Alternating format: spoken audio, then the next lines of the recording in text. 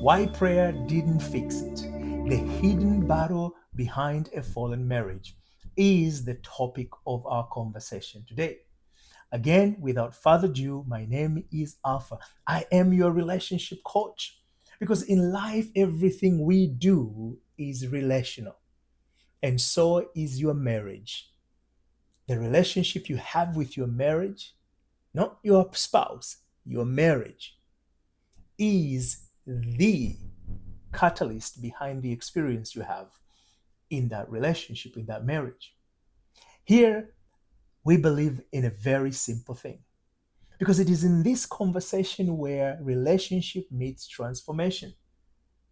And we know, according to Apostle Paul, to his letters to Romans 12:2, transformation only is realized when a renewal of the mind happens. And in this episode, I am going to share with you some golden nuggets that will help you renew your mind so you can experience the transformation equal to the interest you have in your marriage, in your relationship. If this is you, hang on tight because we're going to talk some real stuff. Why your prayer didn't fix your marriage. It is the hidden battle behind a falling marriage. You are falling marriage, my friend. Think about it. You have prayed for a period of time. You have fasted probably.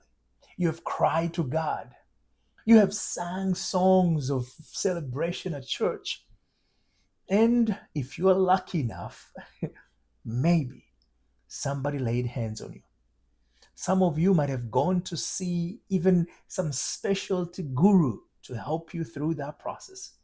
Special prayer you have taken upon. But here we are, me and you having a conversation. And the conversation is very simple.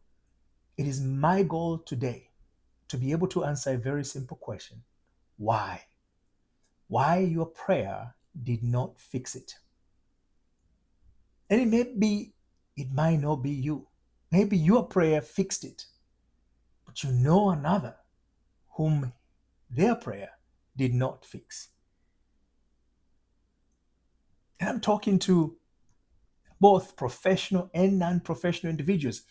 Your leadership, your professional acumen, your skills at work, in your businesses and your professional area did not suffice enough to elevate your marriage to where you want to be.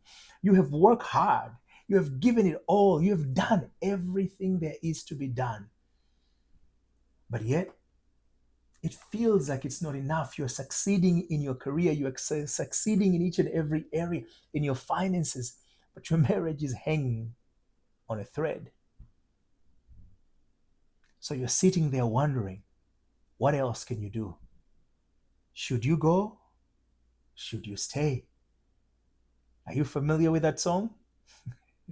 If you do, you know how it goes. It says, if I go, there is trouble. If I stay, there is trouble.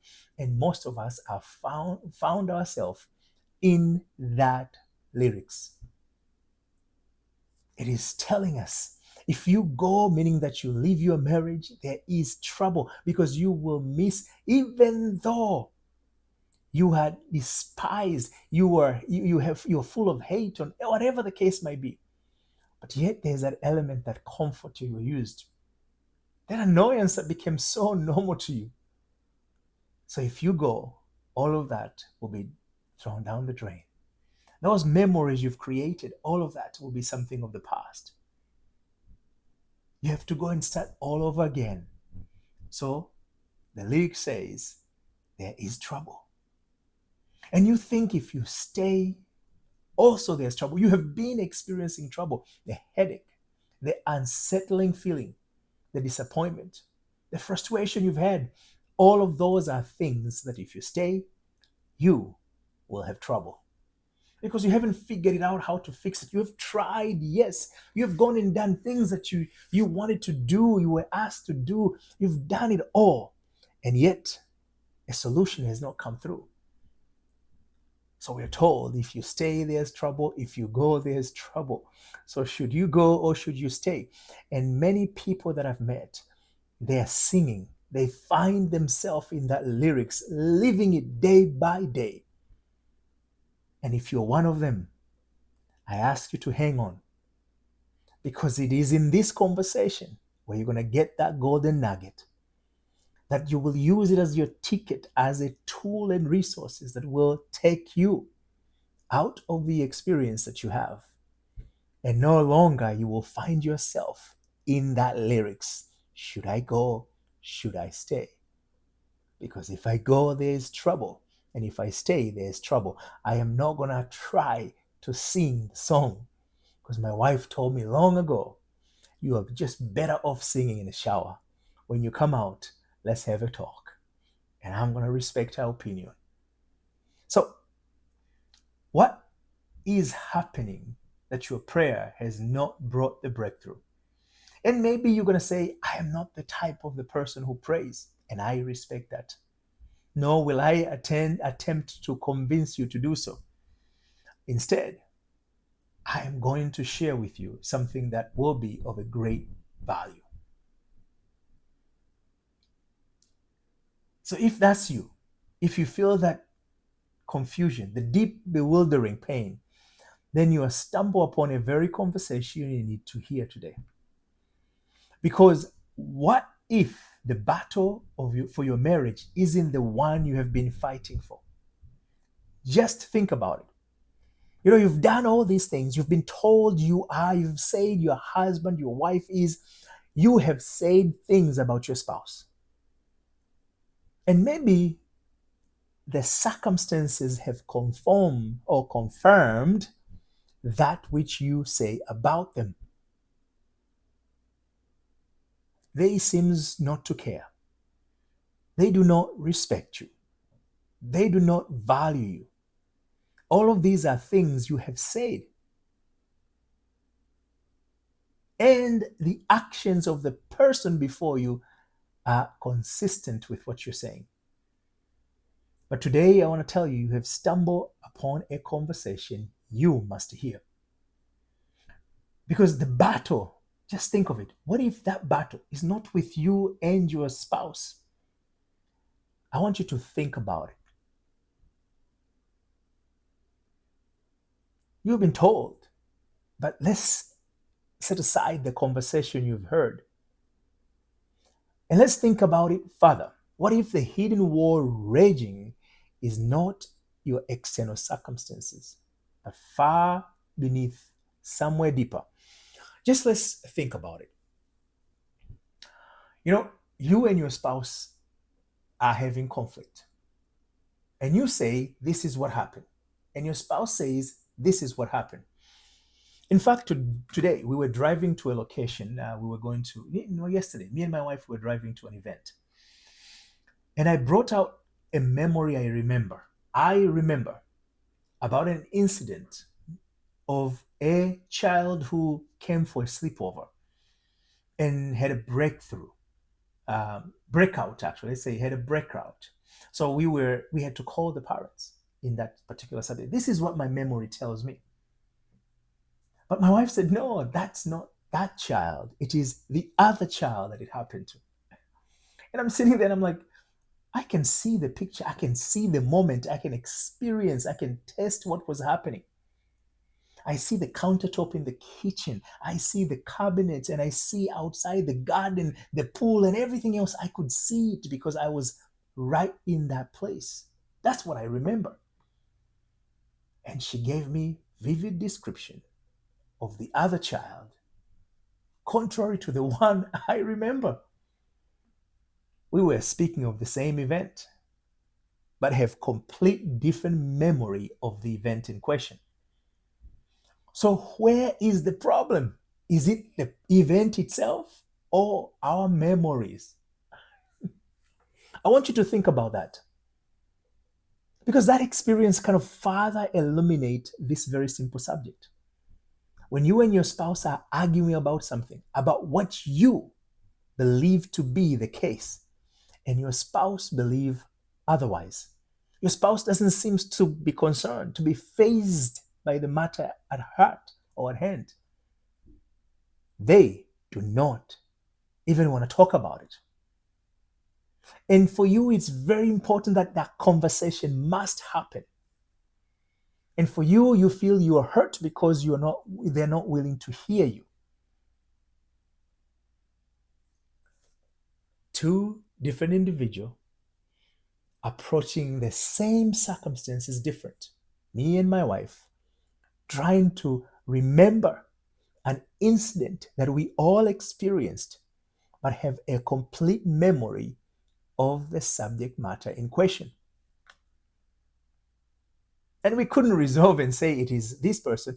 I had to say, I think you're correct. And she responded, maybe you're correct. Same subject, same conversation, but different opinion. If we didn't know what we know today, we would have argued. Me and my wife, I would say, no, your memory is not good. I have a better memory. And she would say, my memory is bad and her memory is the best memory. And I will be offended and she will be left offended.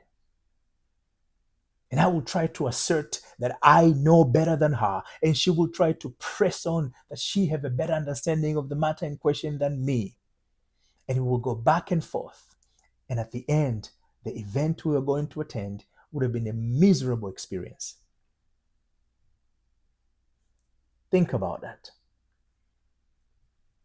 Just remember that moment where you have gone through this argument that was so intense and it was so dear to you. You were passionate about it. You might have thrown things in the house, speak some fiery words like a dragon. Ooh. You remember that moment? Tell me. Yeah, remember that moment we're talking about. That moment where you probably walk out of the house and you threaten to walk out of that relationship. That moment, you remember it? Think about it. Just think about that. And maybe you have found a reason, a solution to that moment. But look back and see how ridiculous the whole situation was about. You insisted that was the case. That is how things must be. And your spouse insisted otherwise. And you guys get into verbal altercation. Altercation, actually, I would change my word. Hey, I have a reason to ask for an excuse. English is not my first language. So forgive me for that. But hey, let's have a light moment. It's not about so serious, but I want you to think about it. How was that? And as you think about it, I want you to come back to our conversation now. Because we're saying that you are passionate about something and your spouse is passionate about something and a war is waged. But who's waging the war against who? You say your spouse is the cause of the rage that is happening inside of you. But the subject matter, as I've demonstrated here, is not altered. The fact will remain despite of our opinion. We argue over our opinion. We argue over our memory. And we forget it is not about the opinion we have on what happened, nor about the memory we remember of what happened or how it happened. It is bigger than that. Did you get into the marriage so that you can argue? Did you get into the marriage so you can continue to enjoy the peace, the joy, the laughter, the intimacy, the sex, and each and every one of those? And if the answer is true, so your argument, your conversation should be anchored on that point of view. Because truly, the war, the rage is not external. It is internal. As I just demonstrated on the story between me and my wife, I'm telling you, even this moment, if we bring that subject matter in conversation, if she was sitting by my side, She remembered otherwise than how I remembered how it happened and who was the subject matter. Is her memory at fault? Is mine at fault? Our memories are excellent on their own capacity. But you don't remember what happened, nor do you experience life from what happened. You remember from the point of view of your belief system. That which you believe about the subject matter will determine how you remember the things that are associated with the issue in question. Science is very clear about that.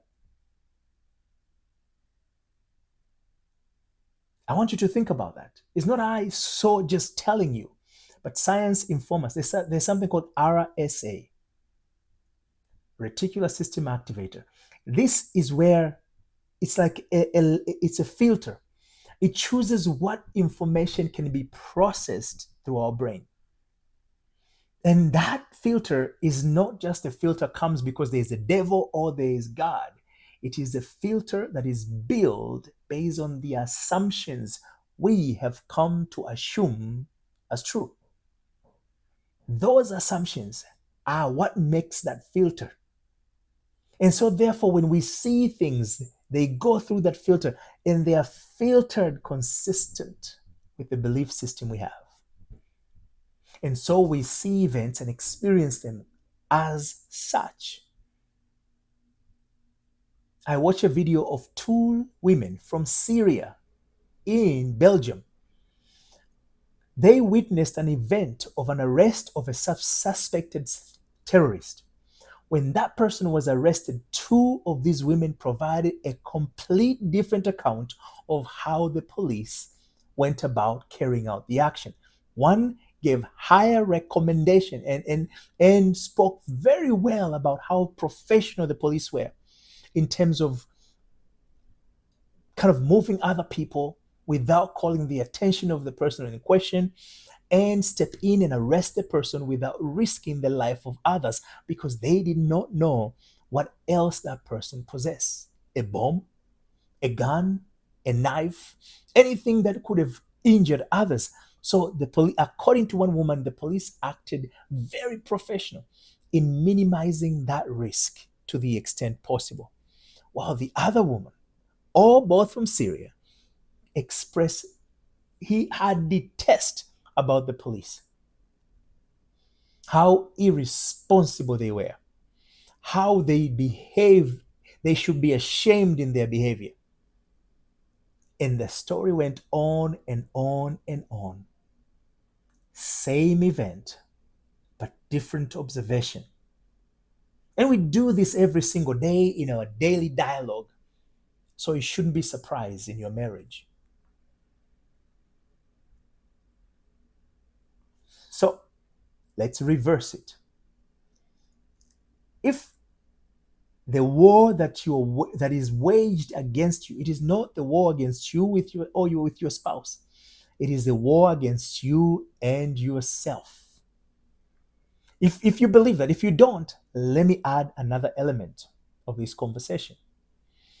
Do you remember going to an event or watching a movie or anything you are observing it, you and somebody else, but walk out of that observation or that experience completely different outcome?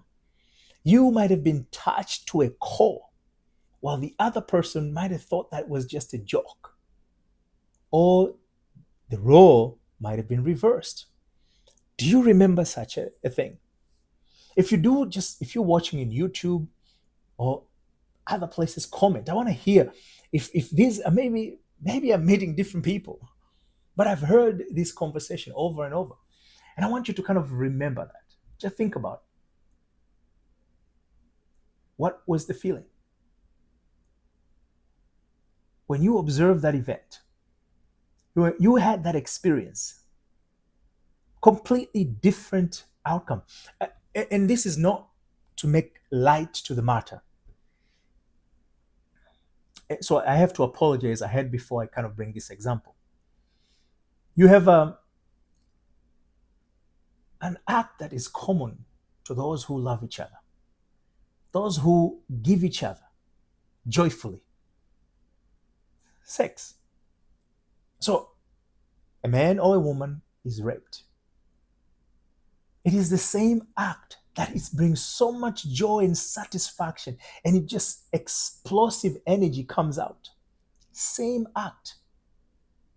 But because it was done differently, and here's the thing, the what you call it, the aggressor in the event attains satisfaction. He or she feels satisfied doing that, while the other person feels humiliated, broken. Something has been stolen from them. It was taken without their permission. It is the same act, but the circumstances to one person meant something different, while to the other person, it meant a fulfillment of their aggression. So, what really is the problem there? It is the act itself, or the assumption that different individuals come into the act in question. One says, I did not give you permission to take it from me, but maybe you manipulated me. You induced me with something so that you can take advantage of me. You understood my weakest point and you exploit. I trusted you with my pain and you took advantage of it.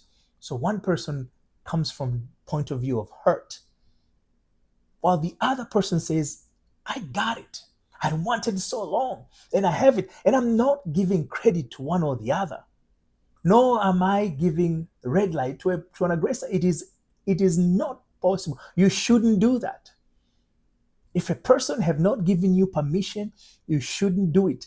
Theft simply is an act of taking something from somebody without their permission. You are stealing from somebody. So I'm just going to make a statement so that I don't look like I'm playing in Boston. No, no, no, I'm not. But I'm just bringing into light where there's two different perspectives on the same act. So really the issue is not on the act, because then we will start judging the act. Instead, the issue is in our own assumption, or you call moral values, you call belief system, but it is on our own assumption that I assume that if I didn't give you permission, therefore you are taking by force from me. And that is unacceptable. And so I will not tolerate and celebrate such a thing. I might not have the power to manipulate you, but I will not take it as something pleasant. The end of the story. So one person feels jubilant, another person feels hurt, but same conduct. It is the point of view we have that determines whether we're going to be jubilant about the matter in question or not, because of that which we believe.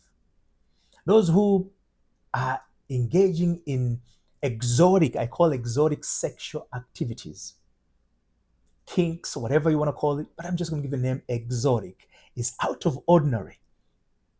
If my wife was into it, I would have to learn how to engage in such, because that's not something I'm used to. So that person will take something and clip their nipples.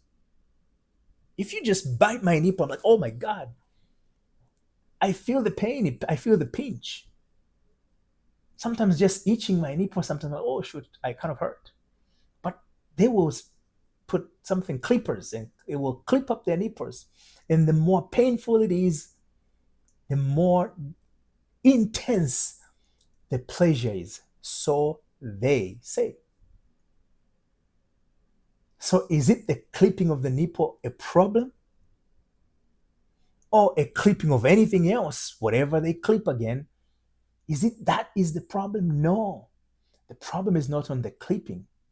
The problem is on the assumption. I assume that to be something unpleasant. So I cannot tolerate the pain. Somebody else will say, I want to explore that. That's some exciting. You're telling me I'm going to have intense pleasure because I have pain here. So it's pain and pleasure. Oh my God. They want to give it a try. So they will be more tolerant to the pain. Not because there is no pain or because the pain is less in their body.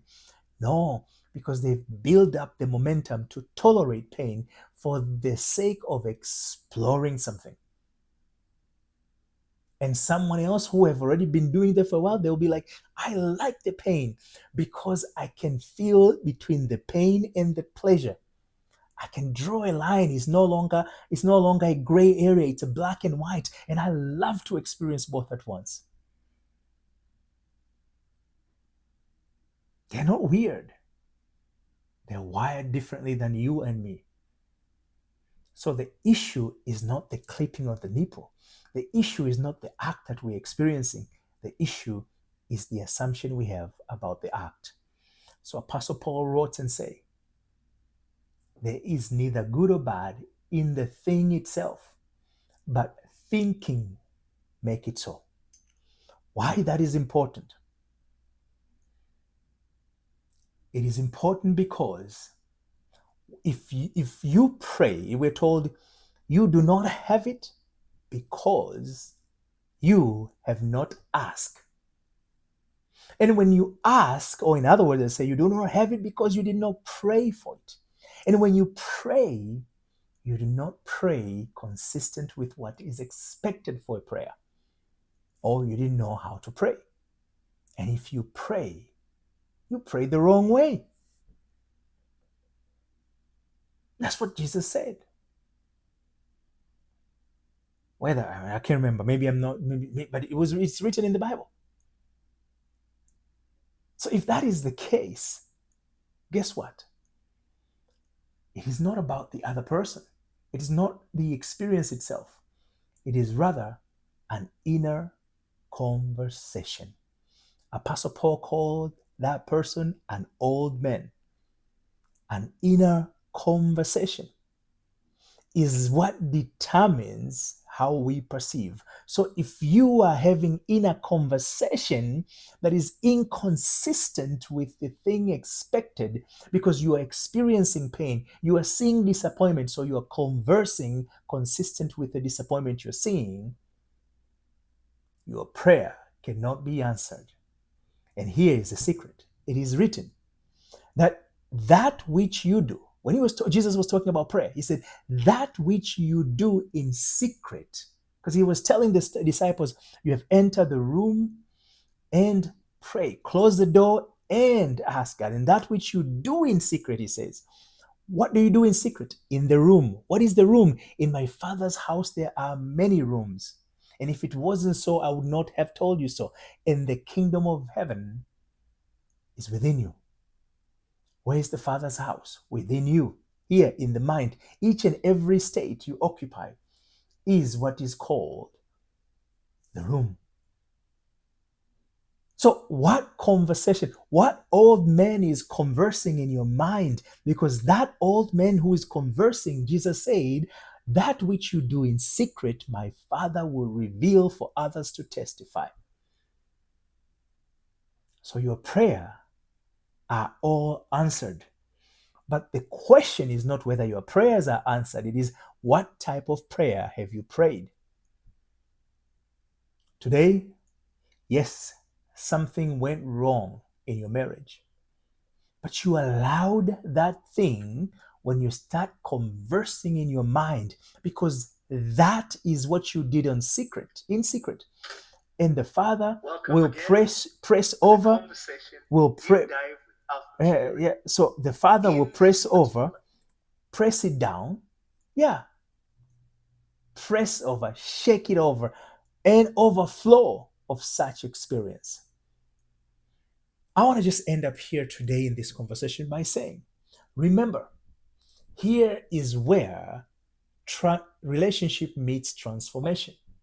And we know that transformation is a product of the renewal of the mind. So each and every Sunday, I'm going to give you golden nuggets that will help you to renew your mind so you can continue to transform your marriage. Join me again this coming Sunday when I break it this subject matter even further. Until then, I'll be back.